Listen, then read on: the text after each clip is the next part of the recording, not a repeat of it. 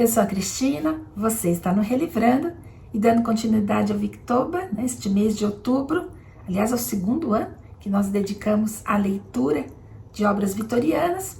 Hoje a gente não vai falar sobre uma obra vitoriana em particular, mas nós vamos falar sobre a responsável por tudo isso, né? Por este mês vitoriano, que é a Rainha do Pedaço, é a própria Rainha Vitória. Eu li aqui uma biografia escrita pelo Christopher Hibbert, que é um escritor e um historiador inglês.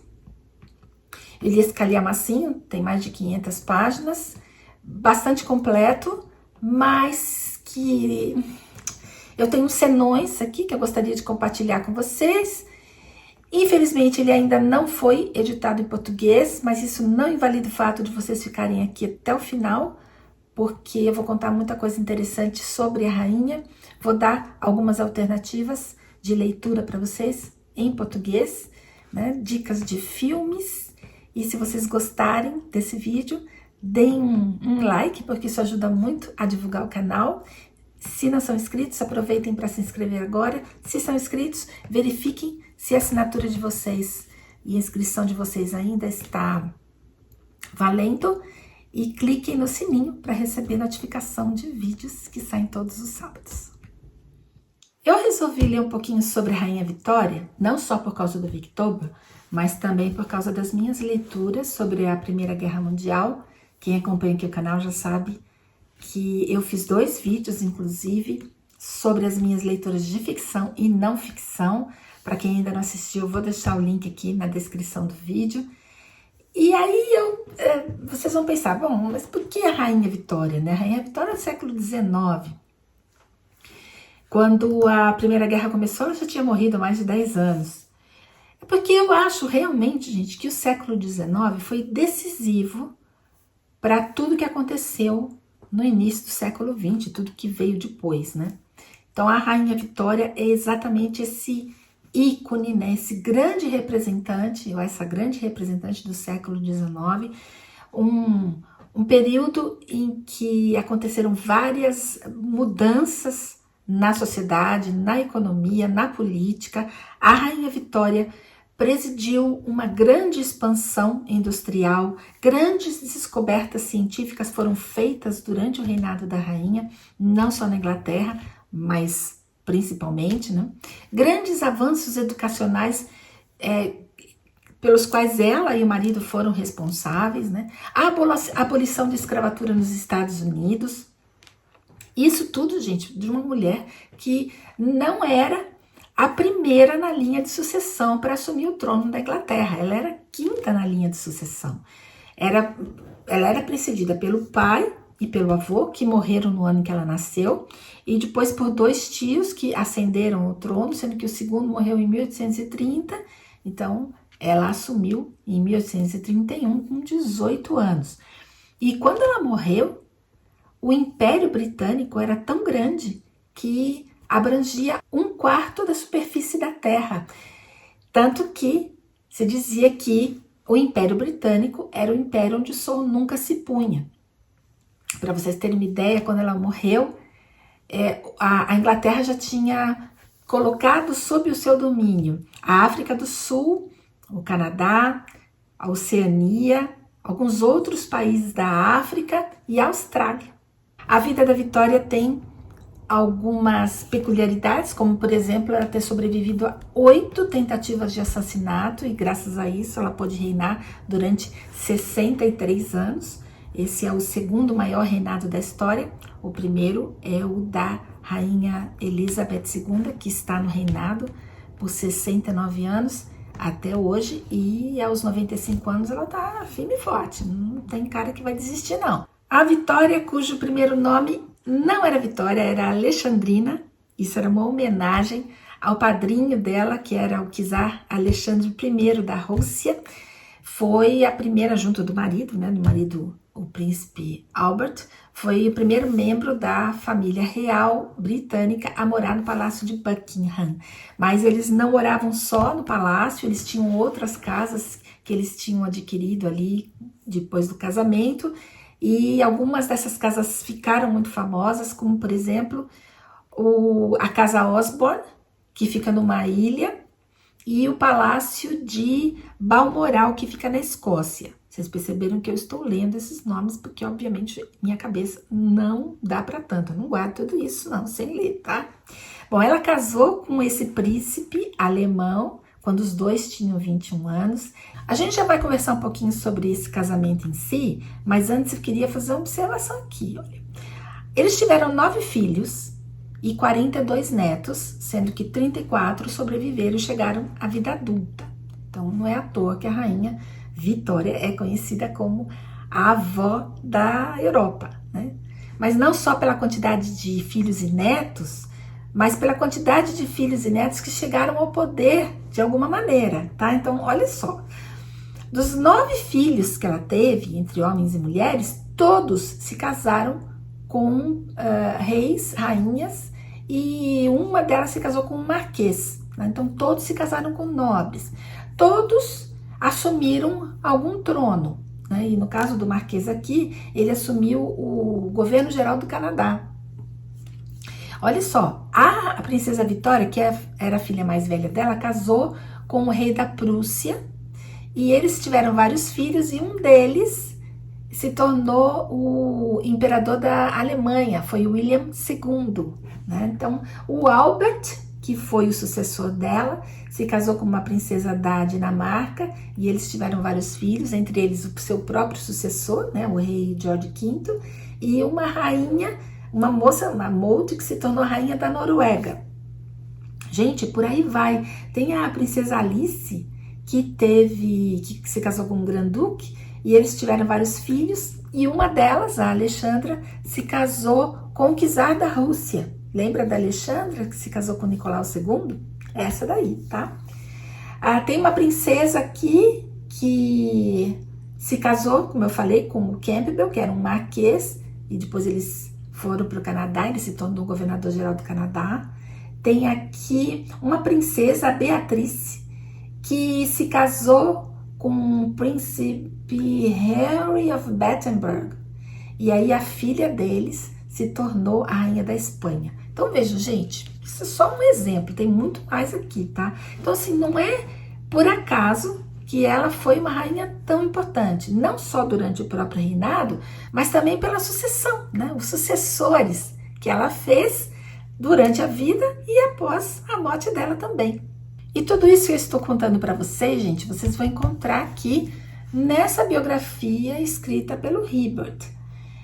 Só que ela é um pouquinho diferente do que eu esperaria de uma biografia. Por quê? Porque o que ele fez? Ele teve acesso a todos os diários da Vitória. Então, ele inclusive agradece aqui a própria rainha Elizabeth por ter dado a ele o acesso a esses diários. E dali ele tirou praticamente todas as informações que ele coloca aqui no livro.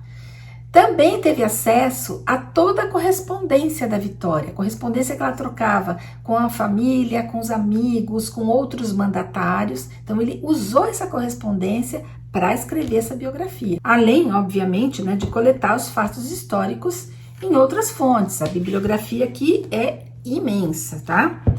Só que ele faz uma coisa um pouquinho diferente do que eu esperaria e do que eu, pessoalmente, gostaria. Ele não faz essa biografia respeitando a linearidade no tempo. Ele faz um recorte por assuntos, né? Então, assim, isso é gosto, gente. Isso é uma coisa muito pessoal. Eu vou dar um exemplo para vocês. Quando ele fala do casal, né, da rainha e do príncipe, ele vai meio que esgotar o assunto, entendeu? Ele vai, em algum momento, puxar esse assunto, né, e vai esgotar. Ele vai falar, ó, eles se conheceram, se apaixonaram, a rainha não queria casar porque ela havia tido uma infância e uma juventude muito reprimidas, então ela não queria se casar tão jovem, ela queria aproveitar um pouquinho a liberdade dela, que ela conquistou, né, se tornando rainha, mas eles se apaixonaram e a demanda por um marido também foi muito grande dentro da própria Inglaterra e eles acabaram se casando. Quando o Albert foi morar com ela na Inglaterra. A aceitação dele não foi muito fácil, não só dentro da casa, mas também pelos próprios súditos, pelos políticos que não viam com bons olhos, né, ela ter se casado com um alemão. Ele estava meio sem serventia ali dentro do palácio, então ele começou a assumir pequenas atividades que a gente hoje chamaria atividades do lar, né? Atividades administrativas ali do próprio palácio. Então ele começou a fazer algumas mudanças na administração dos empregados, nas despesas, e começou a ganhar a confiança da rainha.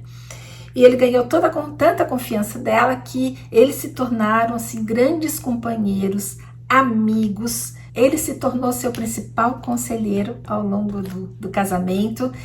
Inclusive, em um dos atentados que ela sofreu, ele se colocou na frente, né, e ele foi baleado no braço. Não foi nada sério, mas foi ele baleado, né? Então, foi um relacionamento não só entre uma rainha e um príncipe, mas foi um relacionamento de muito amor, de muita interdependência. Eles tinham um relacionamento muito interdependente. Ela dependia emocionalmente dele. A rainha não gostava de ter filhos. Ela gostava, vamos dizer assim, depois que ela tinha o filho, ela ficava feliz. Mas ela ficar grávida, viver a gravidez e ter o filho para ela era muito complicado. Ela entrava em depressão pós-parto. Na época acho que nem se chamava assim, mas hoje, pela descrição que ele faz aqui no livro, a gente sabe que ela sofria de depressão pós-parto. Todos os partos que ela teve, ela sofreu a mesma coisa.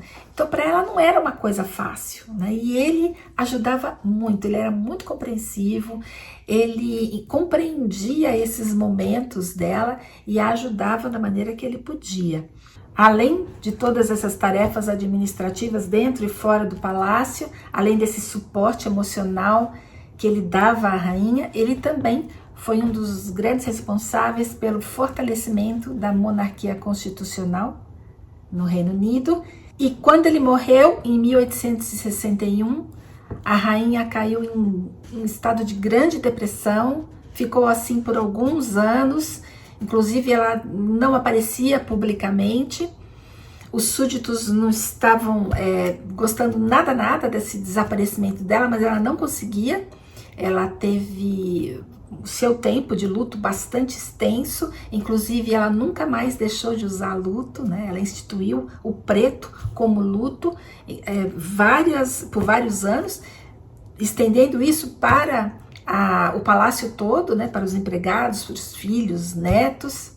E até o final da vida ela rendeu várias homenagens ao marido. Por vários anos ela manteve vários cômodos das casas que eles tinham intactos, como se ele tivesse acabado de usar. Essa foi uma das homenagens que ela fez a ele, e ela fez várias outras. Então vejam, ele não só esgota o assunto, como ele coloca aqui uma visão muito íntima, muito pessoal. É como se a Vitória estivesse contando esses fatos da vida dela pra gente, justamente porque ele foi nesses arquivos pessoais e colocou aqui as impressões dela. Então, tem partes aqui em que ele coloca as cartas dela, coloca o diário dela aqui. É como se ela estivesse falando pra gente: olha, aquele dia em que eu e o Albert conversamos, olha, quando aquele primeiro-ministro sentou comigo e conversou sobre aquele assunto. Percebe? Então, é uma coisa muito pessoal. Eu é que esperava alguma coisa um pouco mais histórica, mas aí, de novo, né, é muito pessoal também. Eu gosto de biografias mais históricas, mas para quem gosta de relatos sobre a pessoa, quem quer conhecer a mulher, quem quer conhecer não só a soberana, mas a esposa, a mãe, e a amiga, a filha, aqui sim, aqui vocês vão ter um relato assim minucioso sobre tudo isso, tá bom? Não só Aliás, a parte histórica tem também, tá? Tem, vocês vão conhecer os primeiros ministros, vão conhecer os conselheiros, as conselheiras, vão conhecer tudo, a mãe dela, o tutor, né, que influenciou a mãe, que ela odiava. Então, vocês vão conhecer tudo isso.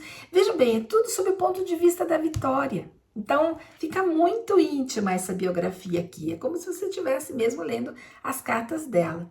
Mas a gente está falando de um livro que ainda não foi traduzido para o português. É um livro lindíssimo, muito bem escrito, muito interessante, mas que está em inglês. Então, talvez, se vocês quiserem ler alguma coisa sobre a Vitória, vocês queiram ler em português, certo?